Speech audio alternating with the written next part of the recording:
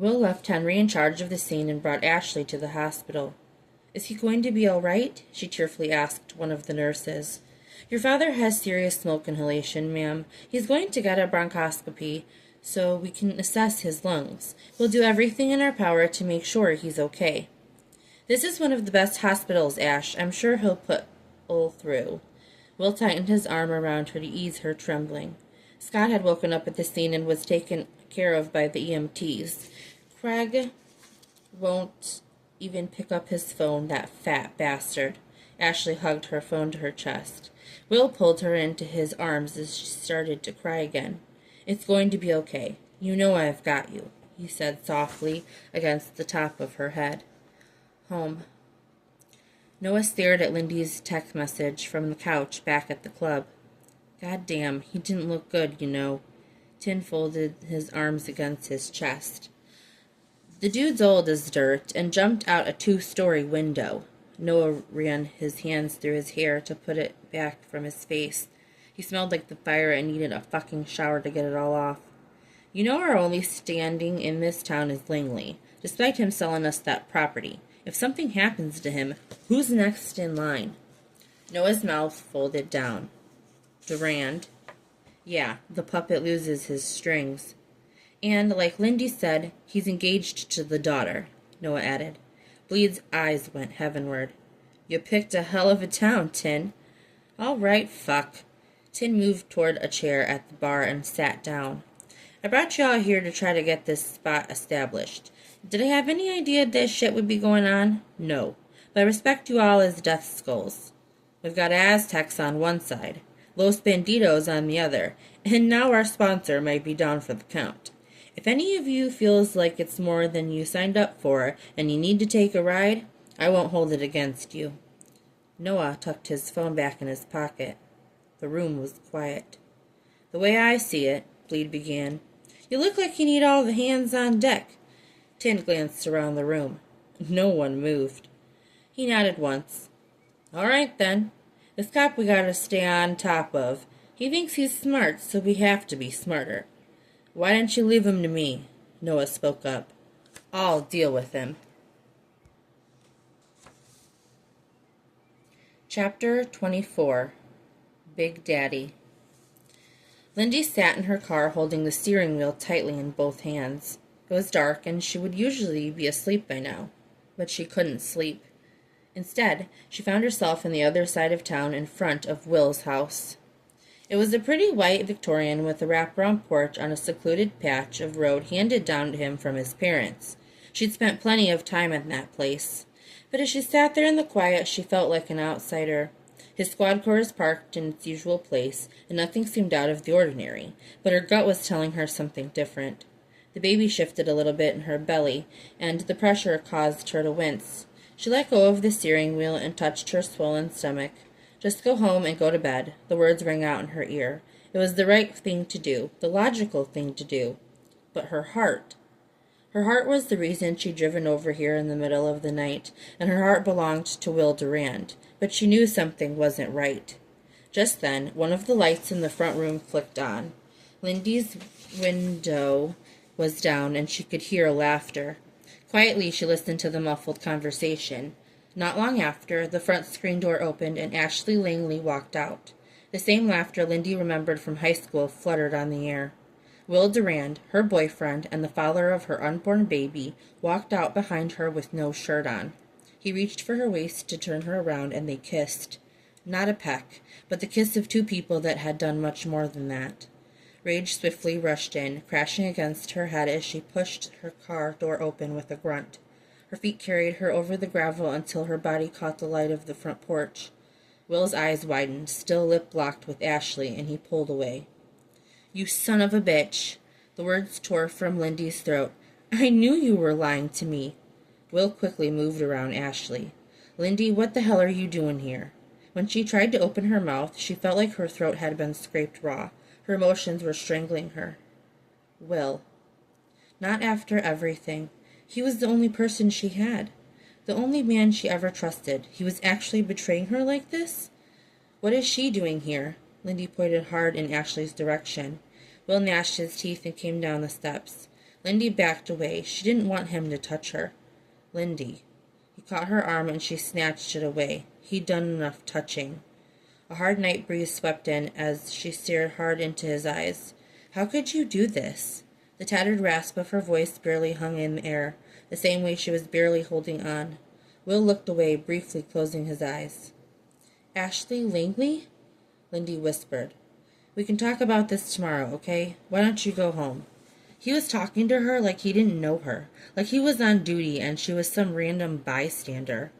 And not as though she'd been his girlfriend for the past 5 years. The times they shared flickered through her memory, weighing her heart down even more. You know we always keep it real with each other. It had been his little catchphrase for them. As she said it out loud, her eyes began brimming with tears. You had to lie to me. I know you were mad about the baby, but I thought we were going to try to work this out and be a family. She'd never been pregnant, and she didn't know anything about raising a child. She was scared, and she didn't want to do it by herself. His child was growing inside of her. He had to care about that, even if he didn't care about her. A sigh caught on the wind. It was Ashley's. He was quiet as she spoke and poured her heart out. But there wasn't an ounce of compassion in his eyes or in the words that followed. That's what you wanted. Lindy felt her breathing quicken. She couldn't believe this was happening. If you didn't want to be with me, you could have just said it. I don't. His eyes didn't waver. His head dipped a little as if he was rubbing it in. I don't want to be with you anymore, Lindy. If humiliation didn't drown her first, the hurt would. Ashley folded her arms, still standing on the porch, a smile raising the side of her mouth.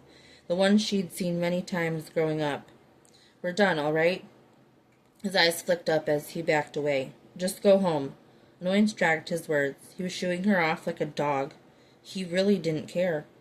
A cold weariness washed over her standing in the dry Nevada night. You're a piece of shit, she stated, as his foot touched the porch step. He turned around. What? And so are you, bitch. Lindy shoved a finger into Ashley's direction. Ashley's brow rose before she started coming down the stairs. Your little scheme didn't work, so now you're mad, she chuckled. You're a loser, Lindy. You always have been. Lindy felt herself running toward them, but was stopped by Will, who pulled her away from the house. She struggled in his grip. In the wildness of it all she could think was that his arms had been wrapped around her. Will. Her man. Her future husband. They'd been inseparable. A sharp pain dug into her stomach, something she'd never felt in her life, and she cried out in the darkness, halting Will near the curb. The baby. Lindy's whole world began thrilling. How could she not remember the baby? She screamed as pain stabbed her again, and soon her knees were buckling. Lindy sat up hard in bed. Fuck. It took her more than a minute to shake the emotions from the dream. Her swear was a whispered rasp in her dark bedroom. It was 4 a.m. The fire at the Langley mansion had been put out. Noah had let her know by text that he was okay and that Langley and his son had made it out of the house. Maybe all the nervousness she had over it had drummed up old memories. Instead of putting Max in his crib, she kept him in bed with her. He was in the spot Noah had been in. The thought made her smile. Lindy touched her son's side softly as he slept. Max, she whispered, I promise I'm going to keep you safe, okay? Lindy knew she should have gone there that night. She was still trying to overcome her guilt at her inability to not see Will for who he was until it was too late, and for trying to actually fight Ashley while pregnant. The cost that she could have paid for it. Mommy's sorry, she whispered to him, feeling her eyes sting. I'm sorry for the choices I made. I'm sorry for putting you at risk. She couldn't bring herself to even utter Will's name. I know you must be wondering who that big guy with the tattoos is. Lindy snuggled back into the bed next to her baby. That's Noah. He's going to be around for a little bit, but we can't get too attached, because one day he's going to have to go away. Lindy covered Max's leg with his blanket. We'll be okay, though. The next morning, Lindy started her normal routine, going to the diner and opening up. Everything was especially quiet that morning, and the smoke still tinged the air from the fire. Usually when she was alone in the diner, right before opening or closing, she would just relax and be thankful to not have to make sure coffee cups were full. Since late the night before, while Max quietly slept, she'd been thinking about her life, her choices, and Vicky's question about why she'd never left Amber Falls. More than once she recalled Ashley Langley happily calling her a loser. All of it swirled in her mind, creating a tornado of emotions that frustrated her to the point that she'd barely gotten an hour of sleep. Now here she was, back at the diner/drug den that was her supposedly safe workplace in her purposedly safe town. The dream had gotten to her. It was like reliving it. She felt every emotion all over again. Had she really been holding out for Will after everything? Not now, but then, after Max was born. She'd been so thankful to get him home, but she also remembered being alone and afraid, not knowing how she was going to be a mom. Will had used her for years and lied to her without batting an eyelash. Then he abandoned his son. Would it have been that much of a stretch for him to have something to do with drugs being smuggled through Amber Falls? Maybe Lindy had been a fool for thinking that despite it all, Will had a genuine loyalty to the town. He was a snake. Men like him didn't have moral grounds. He was just a great pretender. No matter how he was acting now, she would never forget who he really was. And she didn't want him around her baby. She didn't want him to flip a switch one day in his head and decide he wanted to be a father. Lindy wouldn't be able to stand by and watch him pretend with Max. Instead of preparing the tables for the day, Lindy took a deep breath and went to the back of the diner and down the basement steps after flipping on the light. The first thing she noticed was that the room was rearranged. Things were organized, but the crates she'd seen were gone. The only things left were the boxes with their usual supplies. Lindy sighed. Part of her was grateful, but another part was frustrated. She knew what she'd seen. A noise over her head sent her heart to the pavement. "Shit!" she cursed under her breath, quickly making her way back up the steps. When she was in the front of the diner, she let out a heavy breath. Noah was standing a few steps from the door. Today he was in all black, with a long-sleeved shirt again that covered his tattoos. His hair was pulled back into a bun, so the ink on his neck was more prominent than usual. A slow smile spread over his face. "I saw the open sign. I hope it's okay to come in." Lindy's face crunched. "Technically, we're still closed, but I always forget to turn it on, so I was just getting ahead of myself." She was so relieved to see him and wanted to close the distance between them to hold him, but she didn't. "You're all right?" he asked. She nodded. "Yeah, what about you?" "Still kicking," he said, making his way over to his usual seat. He crossed his forearms after sitting. "What's up?" He peered at her. "Because you're not all right." Lindy sighed. "I just checked downstairs. It's all gone." "Not surprising. It was just a temporary spot, and I'm glad they moved it. I don't want you anywhere near it." Lindy rested her elbows on the counter. "The look in your face is why I didn't want you to know about any of this shit going on. You're worrying." Lindy licked her lips as she tried to get her thoughts together. "People say this town is backwards and too small and a dump. They say all these things. Whatever they wanted to say about the town, we could always say that it's safe." She shook her head. "What if Mr. Langley doesn't make it?" The more she talked, the worse she realized the situation was. "I saw Langley last night myself. He's a tough bastard." "You went to the house?" She stared at him in disbelief. "Yeah, and I have to go someplace else today." "Where?" "Back to Vegas." "Okay. We're trying to cut this off at the pass." "That other MC is still on their way here?" Noah sighed. "That's what we're going to try to stop." "You guys are negotiators in addition to being in construction and auto repair?" Noah laughed shortly. "We're a jack-of-all-trades group." Lindy didn't hide her skepticism. "Even if you're able to, that still doesn't change the fact that our town's police department is running drugs. What if they just find another buyer?" Noah listened quietly, resting his hands on the counter. "They could, but it's going to take time. There's a high possibility that your boss is the front. Aztecs don't deal with cops." "Aztecs?" "An MC out of Mexico."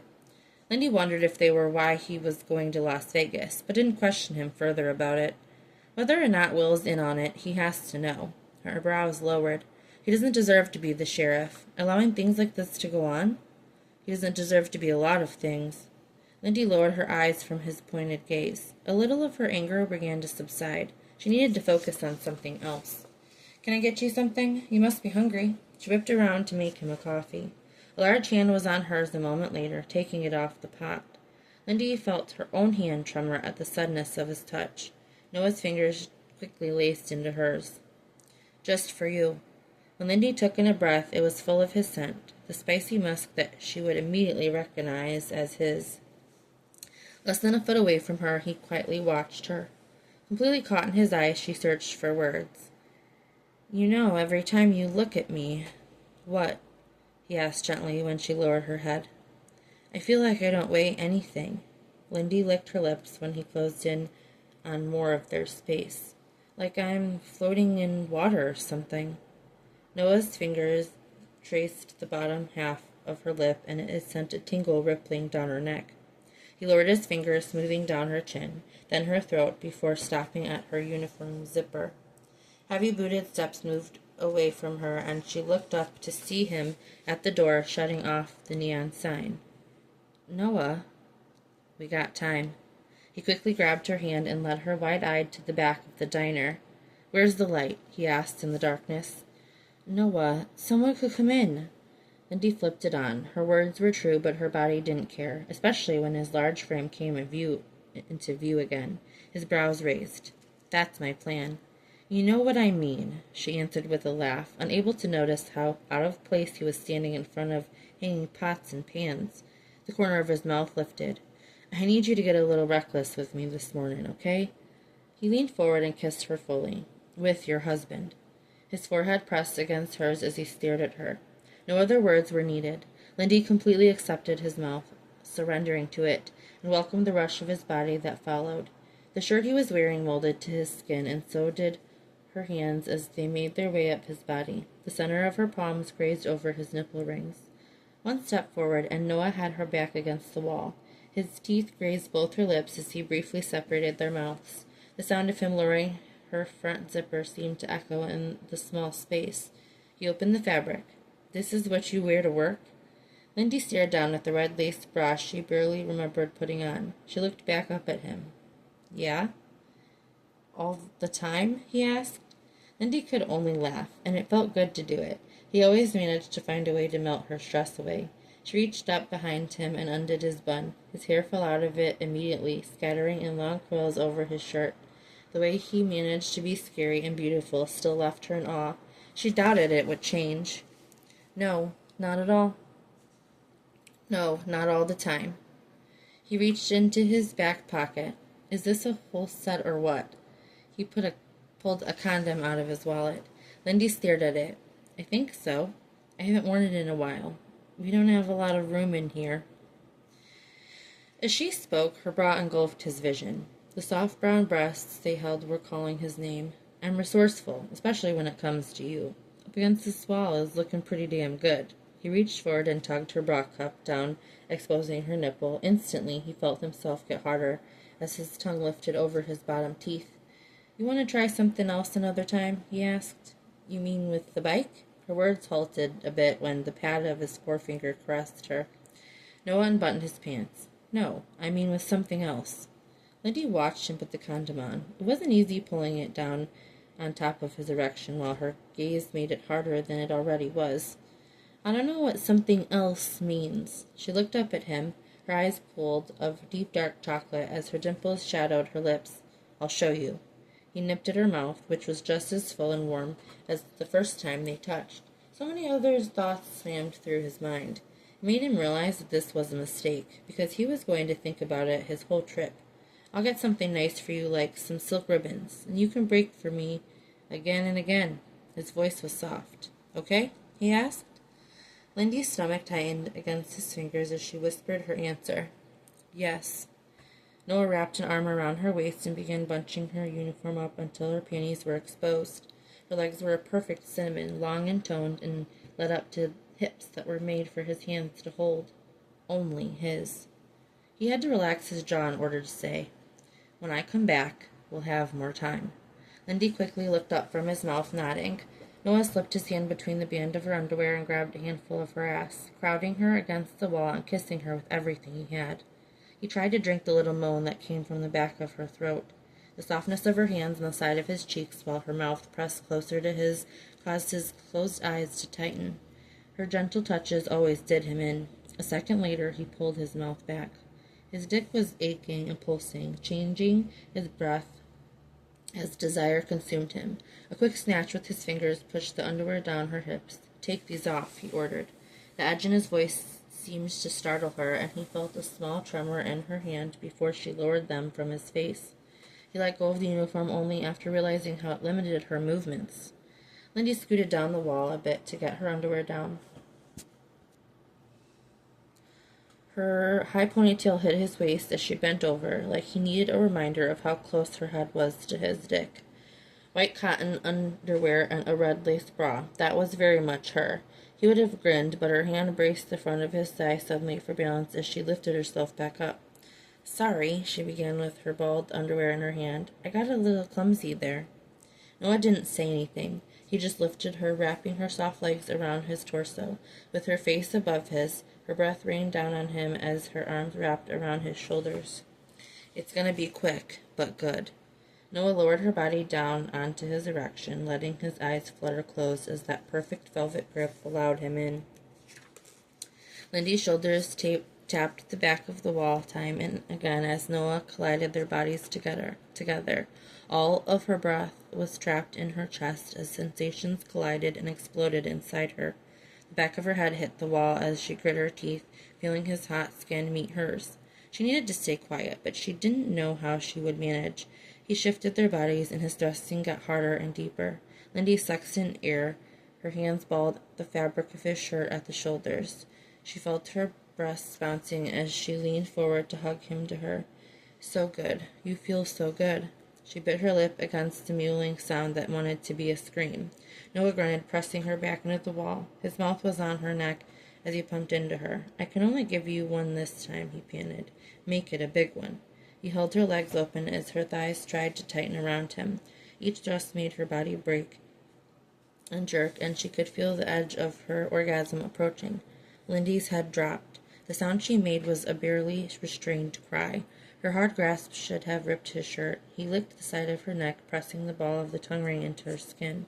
Despite his control, Lindy still moved her hips to meet his, struggling not to scream as if everything intensified. He always knew exactly how to touch her and when. She never thought a man could know a woman's body that way. Fuck. Lindy's entire face burned with the rest of her body as Noah's persistent skill made her come for him, like she always did, wild like a flame engulfing a flower. She called out his name, barely able to breathe as it froze her body. Noah's hold on her ass tightened viciously. "Baby girl." His moan against her neck ended whatever else he was going to say as he came inside her, still pinning her against the wall. Lindy had no idea how she was going to get through the rest of her shift. How was she even going to hold a plate or a glass? They managed to get themselves in some kind of order and still had a half hour left before the diner needed to open. "Make sure that you stay safe. I would stay out of trouble, but I don't know. That probably wouldn't work. If you say it, I better listen, so I'll do my best." Noah was putting his hair back into a bun. He glanced out the single half-open blind. "When you look at me," he made eye contact with her again.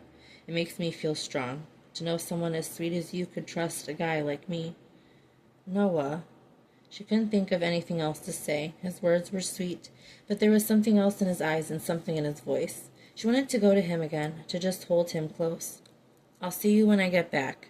The knot in her throat only allowed her to nod right before he left the diner. The station was pretty quiet when Will arrived later in the morning. "Thought you'd still be at the hospital," Henry said, not hiding his surprise at seeing him. "I'll be heading back later. How's Langley doing?" "He's still out of it. He has burns on his back along with the bad smoke inhalation. Likely going to need surgery." "You think he's going to pull through?" Will was aware of the other officers listening. "He's tough." Will sat in his office a short time later. The shit he had on his mind made him wish he still kept the flask in his top drawer. Did he?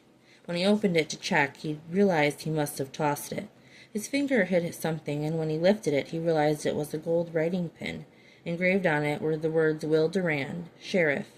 Lindy had bought it for him when he told her he was officially running for the position. "You're going to be good for the town," she'd said. "I'm proud of you." Then she hit him with that smile. Will felt his body respond to the memory. No matter what he did, she was always somewhere in the back of his head. No matter how many times he told himself he hated her for having that kid. Shit. He had to get his head on fucking straight. Taking back up with Lindy could get complicated. She already had a history with Ashley, and that was one boat he didn't need to rock. But there was a part of him that missed her. It was why he kept finding ways to show up at her place. The desire to have her again was nagging him, like unfinished business. A knock came to his door. Yeah, come in. The door opened. Sheriff Durand? The blue-eyed bastard biker stepped into his office very casually. We're overdue for a conversation.